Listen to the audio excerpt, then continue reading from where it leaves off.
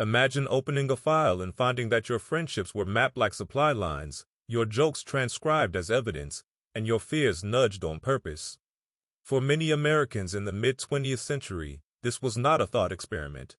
It was the quiet logic of a domestic counterintelligence machine called COINTELPRO, short for Counterintelligence Program, launched by the FBI in 1956 and officially shuttered in 1971. It did not appear out of nowhere. It grew from a longer history of federal and local surveillance aimed at people considered subversive, and it settled into an era when the United States faced intense pressures at home and abroad. To tell this story is to ask one question again and again. In a democracy, what will the state allow itself to do in order to manage dissent? Long before the label COINTELPRO appeared on a memo, the Bureau's founder, J. Edgar Hoover, had trained generations of agents to see politics as a battlefield and dissent as camouflage. During the first Red Scare, the Palmer raids swept up immigrants and radicals. During World War II, watch lists multiplied, and the early Cold War gave those lists a durable mandate.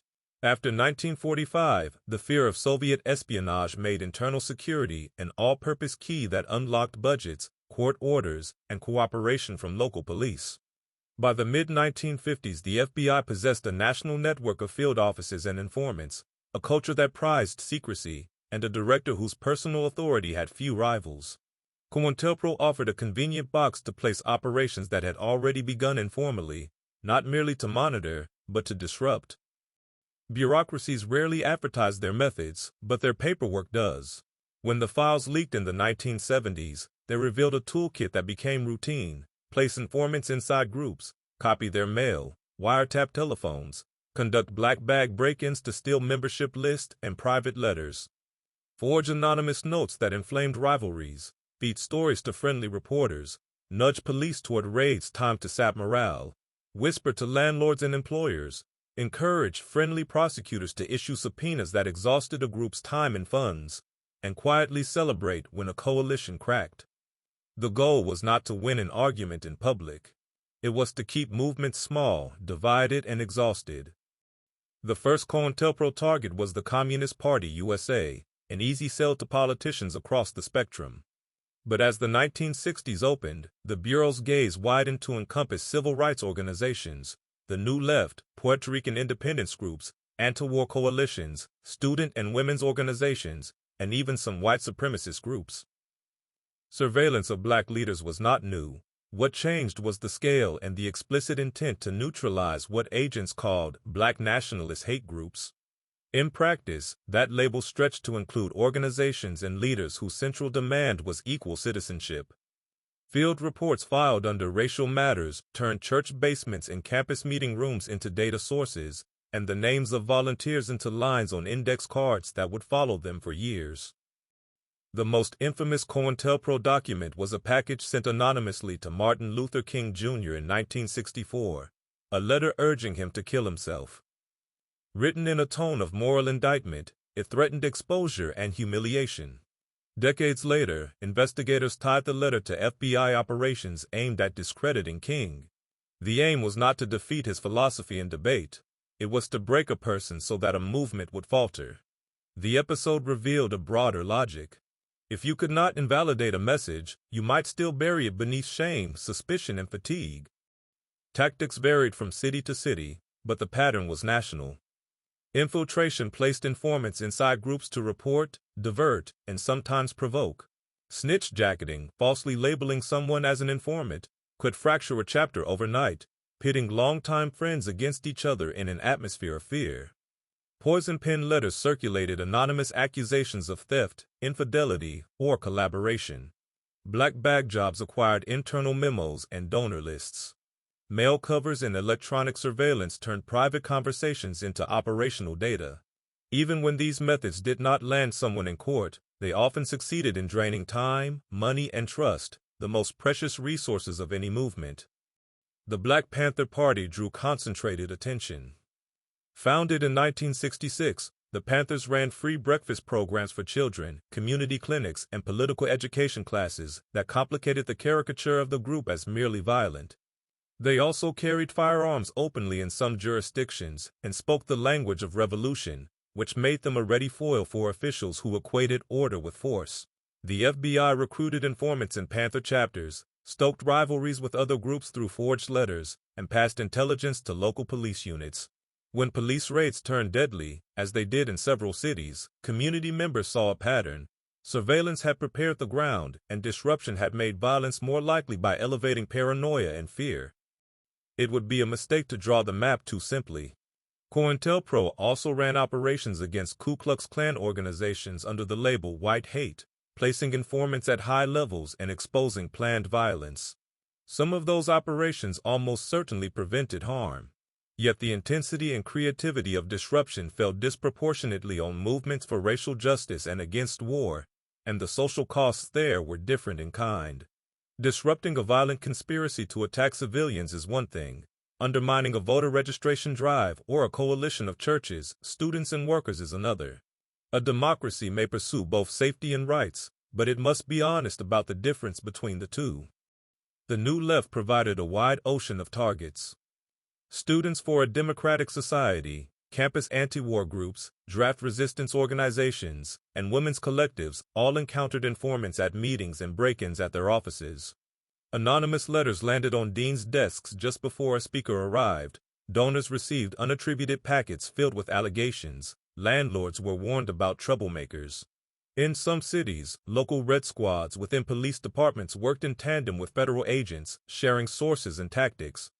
The cumulative effect was to make ordinary organizing feel risky and to push groups toward internal policing that sapped their energy. Puerto Rican independence groups endured sustained attention as well.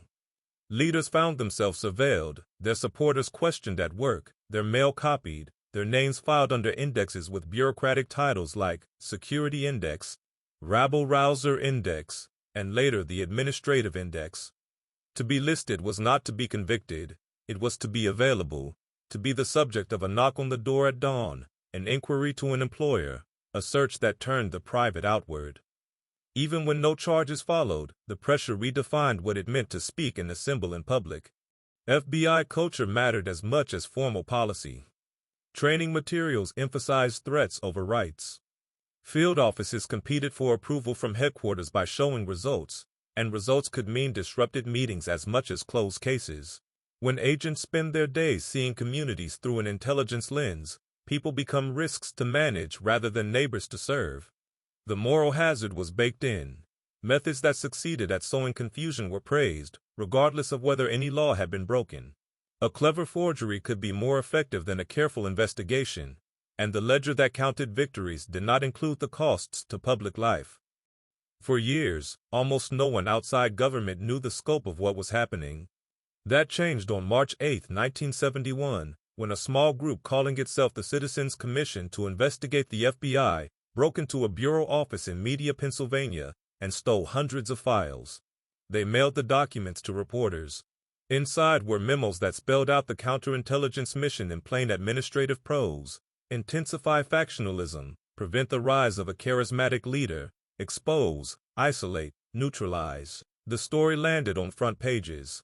Members of Congress demanded briefings. Suddenly the public had a window into a system that had treated domestic politics as a security problem with a security solution. The revelations arrived during a larger crisis of confidence. The Watergate scandal unraveled the claim that concentrated power could be trusted to police itself. In 1975, the Senate created the Select Committee to study governmental operations with respect to intelligence activities, chaired by Frank Church, and the House formed a similar body led by Otis Pike. Their hearings revealed not only foreign covert actions, but a range of domestic surveillance that had become normalized. Agents and targets testified. The picture that emerged was not a single conspiracy, but a habit of mind. When fear is high, rules are loose. When oversight is weak, improvisation becomes policy. Reform followed unevenly but measurably. In 1976, Attorney General Edward Levi issued guidelines to constrain domestic intelligence work, insisting that investigations focus on criminal conduct rather than beliefs, and that intrusive techniques require a factual predicate. The Foreign Intelligence Surveillance Act of 1978 established a special court to review certain forms of electronic surveillance. Open government laws strengthened access to records. None of these changes ended the tension between security and liberty, but they placed visible guardrails where secrecy had previously supplied invisible ones.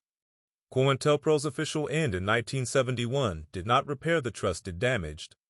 Communities remembered. Organizers built new habits rooted in caution. Meanwhile, new emergencies generated new exceptions. In the 1980s and 1990s, activists complained of surveillance that echoed earlier patterns, even if the program names had changed. After the attacks of September 11, 2001, Congress expanded surveillance authorities in the name of preventing terrorism. Guidelines permitted preliminary assessments without specific factual predicates, and data collection tools multiplied. Proponents argue that the threat required speed. Critics answered with history. Speed is the oldest reason to cut corners and the most dangerous one to leave unexamined. This is not a story that fits neatly into a single partisan frame. Movements across the spectrum felt the state's attention, and a few violent plots were stopped because an informant was listening. But the broader effect of COINTELPRO was to chill legitimate political activity, to make clergy and parents warn their children that meetings have ears, to turn coalitions into puzzles of suspicion. The First Amendment presumes that a self-governing people will argue in public and choose their leaders without covert manipulation by the police. The more a government quietly edits which voices reach the microphone, the less the result resembles consent. Consider the human scale. A student volunteers for logistics at a march and later learns that her roommate crafted reports about her late-night conversations. A pastor hosts a forum, only to find that the invitation list became an index of who would be flagged at the airport. A letter arrives accusing a treasurer of theft, unsigned but convincing enough to split a chapter in two. A family wakes to a battering ram and a camera flash, the living room turned into a scene for a press conference. Even when charges are dropped, the message lingers: organize and you will pay a price. There is also the question of how federal and local power intertwined. City red squads and state intelligence units often worked hand in glove with federal agents. Raids that yielded thin evidence still achieved a strategic effect. They drained morale, consumed savings, and warned the next generation. Courts sometimes dismissed cases when defense attorneys showed that evidence came from illegal surveillance or entrapment, but by then the damage to reputations was done. A victory in court could not rewind the rumor or heal the wound of betrayal inside a group. What remains, finally, is a set of lessons that point in two directions at once. The first is practical. Oversight must be real, not ceremonial. Rules must be clear enough that ordinary agents can follow them, and strong enough that leaders cannot ignore them without consequence. Informants must be managed to avoid becoming provocateurs. Intrusive tools must require a meaningful predicate and a documented chain of approval. Investigations must target actions, not beliefs. Files must be auditable so that, when abuses are alleged, the truth can be determined. These are not abstract aspirations, they are the mundane architecture of liberty. The second lesson is cultural. A democracy should not train its guardians to fear disagreement as danger by default. Communities are not coded to be refactored by clever tactics. People who gather to petition their government are exercising a right, not revealing a vulnerability to be gained. If law enforcement believes that disruption is a legitimate instrument of domestic politics, it will find reasons to use it. The only durable antidote is a professional ethic that values restraint as much as cleverness, and public expectations that punish shortcuts rather than rewarding them. Today, surveillance is less about filing cabinets and more about databases. Social media makes it easy to watch the growth of a group in real time, to map connections without an informant in the room, to infer beliefs from clicks and follows. The temptation to act preemptively is greater than ever. That does not mean we are doomed to repeat COINTELPRO in a digital register. It means the guardrails must be designed for the tools we actually use: transparency about policies, external audits, narrow authorities that can be justified, routine public reporting about how often intrusive powers are invoked and why. When the capacity for watching increases, the standard for restraint must rise to match it. There is room here for gratitude and warning at once. Gratitude for those who revealed the truth when secrecy seemed impenetrable: the burglars in Media, Pennsylvania, the reporters who verified and published, the lawmakers who asked uncomfortable questions, the archivists who kept the files. And warning, because institutions drift toward the convenient unless they are steered toward the principled. Every generation will face a reason to move fast and cut ethical corners. The measure of our civic maturity is whether we can remember why those corners exist. In the end, COINTELPRO failed at its deepest aim. It could harass, delay, and demoralize, but it could not erase the demands that birthed the movements it targeted. The civil rights struggle advanced. The war ended. Women, students, Native activists, farm workers, and queer Americans pushed the country to hear claims it had ignored. Even under pressure, people kept organizing because the alternative was silence, and silence has never been the language of change. The Bureau could move pieces on a board, but it could not cancel the game. If you listen closely to the surviving memos, you can hear their ordinary tone. There is almost no drama in the paperwork of a program that aimed to shape the soul of a democracy. The verbs are calm: identify, disrupt, expose, neutralize. But the calm hides a gamble. A government that treats persuasion as a problem and disruption as a solution will get better at disruption and worse at persuasion. A government that teaches itself to fear informal power will eventually fear the formal power of the people too. This story does not end with a vow that nothing like it will happen again. It ends with a responsibility. Know the record. Teach it. Ask for the numbers and the guidelines. Support the idea that security and rights are not enemies but co-workers who keep each other honest. Insist that if the state collects information about domestic political life, it must do so for reasons it can explain and with methods it can defend in daylight.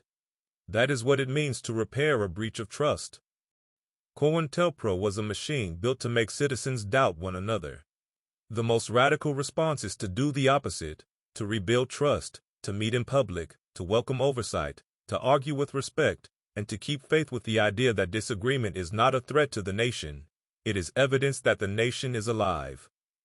If the story has a single lesson for our time, it is that democracy does not need secret guardians who rearrange its conversations. It needs citizens who refuse to abandon the conversation at all.